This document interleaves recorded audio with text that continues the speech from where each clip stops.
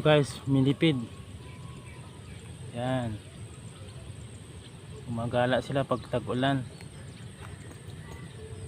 Yan. Sila yung millipede. Yan. Tawagin sila millipede. Ganyan mga millipede pag pag nakadepensa sila sa sarili nila. So pag ramdam nila yung wala na yung kalaban nila, gumagapang na sila. Kaya yan yung karakteristik ng millipedes. So sa Pilipinas, madaming ibang kulay o colorway yung millipedes.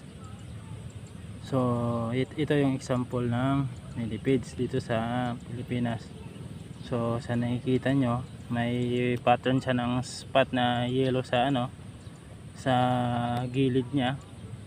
Yung iba nakikita natin sa purong black lang siya. Ito sa nakikita nyo sa video